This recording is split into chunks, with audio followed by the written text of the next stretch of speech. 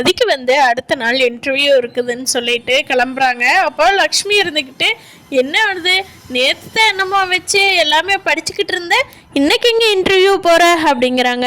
ஆமாம், நேற்று போய் உங்கள் பையன் என்னை காலேஜில் விட்டார் இல்லையா, அதுக்கு வந்து செலக்ட் ஆகி அடுத்த இன்டர்வியூக்கு நான் போகிறேன் அப்படிங்கிறாங்க. ஓ, அப்போ வேலை கிடச்சிருமா அப்படிங்கிறாங்க. தெரியல, நிறைய பேர் அப்ளை பண்ணியிருக்காங்கல்ல, அதில் யார் பெஸ்ட்டோ அவங்களுக்கு தானே கொடுப்பாங்க.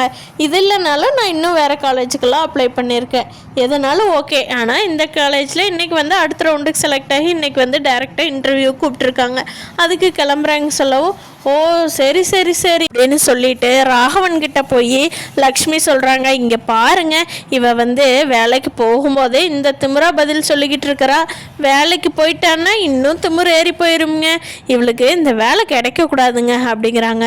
அப்போ ராகவன் கூட பரவாயில்ல, கொஞ்சம் நல்ல மனசோட, இல்லை லட்சுமி அவளுக்கு திறமை இருந்தால் கிடைக்கட்டும், அவளை வேலைக்கு போயிட்டு போகிறா, விடு லட்சுமி அப்படிங்கிறாங்க. என்னங்க நீங்கள் இப்படி சொல்கிறீங்க அப்படிங்கிறாங்க. ஆமாம் லட்சுமி போயிட்டு போகிறா, அவளுக்கு வேலைக்கு போகணும்னு ஆசை, போகட்டும் அப்படிங்கிறாங்க. அப்போ மலர் இருந்துக்கிட்டு மத்தியான சமையல் எல்லாம் முடிச்சுட்டு, அத்தை நான் வந்து என் தம்பியோட பொண்ணு பார்க்குற விசேஷத்துக்கு போகிறேன் அப்படிங்கிறாங்க. ஆமாம், ஏன் மலர் அதை முடிச்சிட்டியா, ஏன் மலர் இதை முடிச்சிட்டியா அப்படின்னு சொல்லி ஒரு வேலையாக எக்ஸ்ட்ராவாக சொல்லிகிட்டே இருக்காங்க லக்ஷ்மி. அத்தை எல்லா வேலையும் முடிச்சுட்டு வச்சிட்டேன், அதுக்கு மேலே மீதி வேலை இருந்ததுன்னா நான் வந்து பார்த்துக்கிறேங்க அத்தை, இப்போ நான் கிளம்பட்டுமா அப்படிங்கிறாங்க. சரி மலர் போயிட்டு வா, எப்படி போவேன் அப்படிங்கிறாங்க.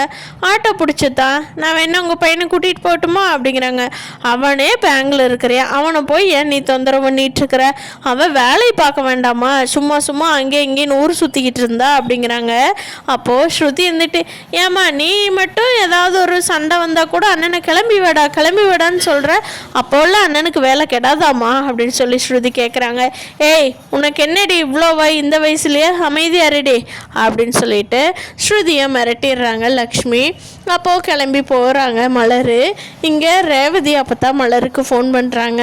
அண்ணி என்ன பண்ணிகிட்ருக்கீங்க அப்படின்னு. ஏன் ரேவதி, நான் தான் தம்பிக்கு பொண்ணு பார்க்குறக்காக போயிட்டுருக்குறேன் ரேவதி, எங்கள் அம்மாவுக்கு உடம்பு சரியில்லை, அப்படி இருந்தாலும் நான் காலையிலேயே போகிற மாதிரியா இருக்குது, அந்த டைமுக்கு தான் கிளம்பி போகிறேன். அப்படி இருந்தும் ரேவதி உங்கள் அம்மா அதை பண்ணிட்டியா இதை பண்ணிட்டியான்னு என்னை பெரிய தொல்லை பண்ணுறாங்க ரேவதி, சே அப்படிங்கிறாங்க. எங்கள் அம்மா எப்போவுமே அப்படித்தாங்க, நீ எங்கேயும் யாரும் கிளம்பி போகக்கூடாதுங்கிற மாதிரி நினப்பாங்க அப்படிங்கிறாங்க. ஆமாம் ரேவதி, இதெல்லாம் ரொம்ப டூ மச்சா இல்லையா. சரி அங்கே நீங்களாம் என்ன பண்ணுறீங்க, பிளட் டெஸ்ட் எல்லாம் எடுத்தீங்களா, என்னாச்சு. ஐயோ அண்ணி அந்த கதையேன் கேட்குறீங்க, சரி நீங்கள் போயிட்டு வாங்க அண்ணி, அப்புறமா நான் ஃபோனில் சொல்கிறேன் அப்படிங்கிறேன். சரி ரேவதி, இன்னைக்கு மதியம் இன்டர்வியூக்கு போயிட்டு வந்திருக்கா, எல்லாருமே வேலையை முடிச்சுட்டு ஃப்ரீ ஆகிட்டிங்கன்னா வாட்ஸ்அப்பில் மெசேஜ் போடுங்க, நானும் பார்த்துக்கிறேன், நானும் அங்கே விசேஷத்துக்கு போகிறதுக்கு பொண்ணும் ஓகே ஆயிடுச்சுன்னா நானும் உங்களுக்கு ஃபோட்டோ எடுத்து அனுப்பி விடுறேன் அப்படின்னு சொல்லிட்டு ரேவதி ஃபோனை வச்சுட்டு மலரும் ஃபோனை வச்சுட்டு கிளம்பி போயிடுறாங்க. ஸ்ருதி வந்து இங்கே மலர் கிளம்பி போனதுலேருந்து ஸ்ருதி ஒரு மாதிரி ரூம்குள்ளேயே போய் அடைஞ்சிருக்காங்க. அப்போது லக்ஷ்மி நினச்சிக்கிட்டாங்க அவள் படிச்சுட்டு தான் இருக்கான் அப்படின்னு நினச்சிக்கிட்டு, ஸ்ருதி இங்கே வாடி, உனக்கு டீ வைக்கிற வேணுமா அப்படிங்கிறாங்க.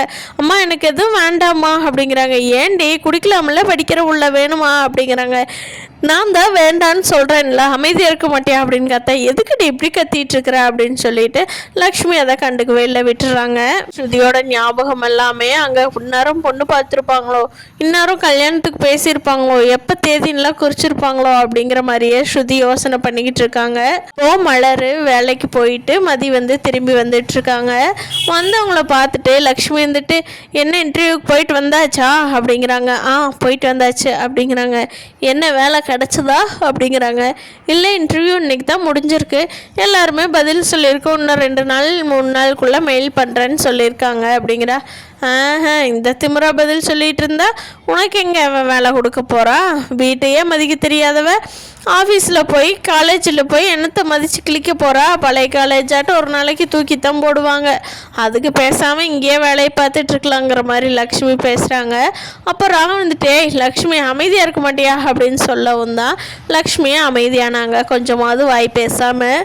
மதி போய் டீ குடிக்கலான்னு சொல்லி கிச்சனில் போகிறப்போ ஸ்ருதியும் உள்ளே வர்றாங்க. அண்ணி மலர் அண்ணி கிளம்பி போயிட்டாங்க அப்படிங்கிறாங்க. எங்கே ஸ்ருதி அப்படிங்க. ஓ ஆமாம்ல, இன்னைக்கு பொண்ணு பார்க்க போகிறேன்னு சொன்னாங்கல்ல அக்கா அப்படிங்கிறாங்க. ஆமாங்க அண்ணி அப்படிங்கிறாங்க. ஏன் ஸ்ருதி ரொம்ப கஷ்டமாக இருக்கா அப்படிங்கிறாங்க. இல்லை நீ சும்மா ஜஸ்ட் ஒரு ஷேர் பண்ணுறக்காக உங்கள்கிட்ட சொன்னேன் அப்படிங்கிறாங்க. பரவாயில்ல ஸ்ருதி, போய் பார்க்கட்டும், அவங்க எல்லாமே பண்ணட்டும் ஸ்ருதி, நீ ஃபஸ்ட்டு நல்லா படி, உன் கையில் ஒரு சம்பளம் வரட்டும், அதுக்கப்புறம் எதாக இருந்தாலும் முடிவு பண்ணிக்கலாம் ஸ்ருதி. இப்போயே நீ காம்படிட்டிவ் எக்ஸாமுக்கெல்லாம் படிச்சுட்டு இருக்க தானே, அதை அப்படியே கண்டினியூ பண்ணு ஸ்ருதி. ஏன் நம்ம வீட்டை பாரு ஸ்ருதி, மலரணி அவங்க வீட்டுக்கு போகிறதுக்கு கூட பெர்மிஷன் கேட்டுட்ருக்கேன் உங்கள் அம்மா கிட்ட. அதே நான் பாரு போகும்போது ஒரு தகவல் மட்டும்தான் சொல்லிட்டு பாரு, உனக்கே இதில் வித்தியாசம் தெரியும்னு நினைக்கிறேன். இங்கே பாரு ஸ்ருதி, ஃபஸ்ட்டு பெண்களோட சுய அடையாளம் தான் முக்கியம் சரியா. நீ படித்து வேலைக்கு போ, அதுக்கப்புறம் உனக்கு என்ன வேணும்னாலும் நீ கேளு ஸ்ருதி, உனக்கு எவ்வளோ ஹெல்ப்பு என்ன எக்ஸ்ட்ரீமுக்கு வேணாலும் நான் போய் பண்ணித்தரேன். ஆனால் பெண்கள் சுயமாக சம்பாதிக்காமல் அடுத்தவங்களை நம்பி எந்த ஒரு வேலையுமே செய்யக்கூடாது ஸ்ருதி. ஃபஸ்ட்டு பொண்ணுங்களுக்கு வருமானம் தான் முக்கியம் அப்படின்னு சொல்லி மதியம் அட்வைஸ் பண்ணவும் ஸ்ருதிக்கு ஒரு மாதிரி மனசுக்குள்ளே கஷ்டமாக இருந்ததெல்லாம் சரியாயிருது. ஆமாம், நம்ம வீட்லேயே இவ்வளோ கஷ்டம். ரேவதி அக்கா தங்கராஜ் மாமா அவ்வளோ வசதியானவர் தான், ஆனால் ரேவதி அக்கா வெளியில் வர முடியுதா? நம்ம மதியன்னு சொல்கிறதான் கேட்கணும், அதுதான் கரெக்டு. அதனால் அவன் கல்யாணம் ஆனால் ஆகட்டும், நமக்கு அந்த மாதிரி மாப்பிள்ளை கிடைக்காமையா போயிருங்கிற மாதிரி ஒரு மாதிரி மனசை தேத்திக்கிட்டு, சரிங்க அண்ணி, இனிமேல் நான் படிக்கிற வேலையை பார்க்குறேன், இனிமேல் என் கான்சன்ட்ரேஷன் மிஸ் ஆகாதுங்க அண்ணி, நானும் உங்களை மாதிரியே ஒரு சபதம் எடுத்துக்கிறேன், நானும் இன்னும் 3 மாதத்தில் நானும் படித்து வேலை வாங்கி காட்டுறேன் அப்படிங்கிறாங்க.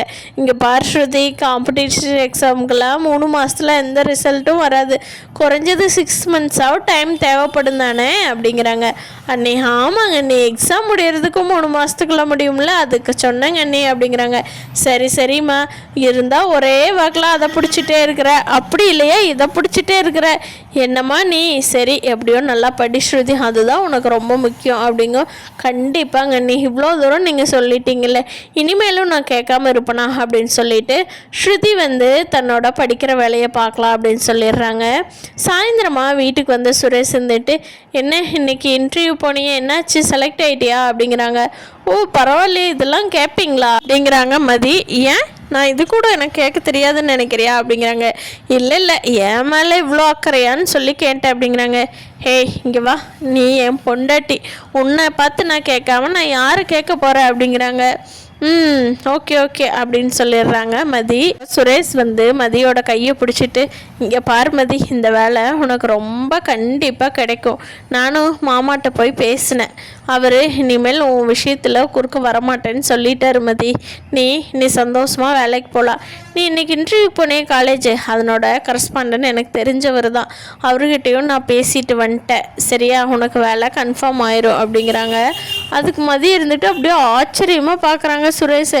என்னடா அது, வேலைக்கு போகிறதுக்கு அவ்வளோ ஆப்போசிட் பேசினாலும் இப்படி போய் சப்போர்ட்டுக்கெல்லாம் கேட்டுட்டு வந்திருக்காரு, இது நிஜமா அப்படின்னு சொல்லி மதி அவ்வளோ ஆச்சரியமாக பார்க்குறாங்க. ஆமாம் மதி, நான் தான் போய் பேசிட்டு வந்தேன் அப்படிங்கிற மாதிரி சுரேஷ் லவ்வோட மதியை பார்க்குறாங்க.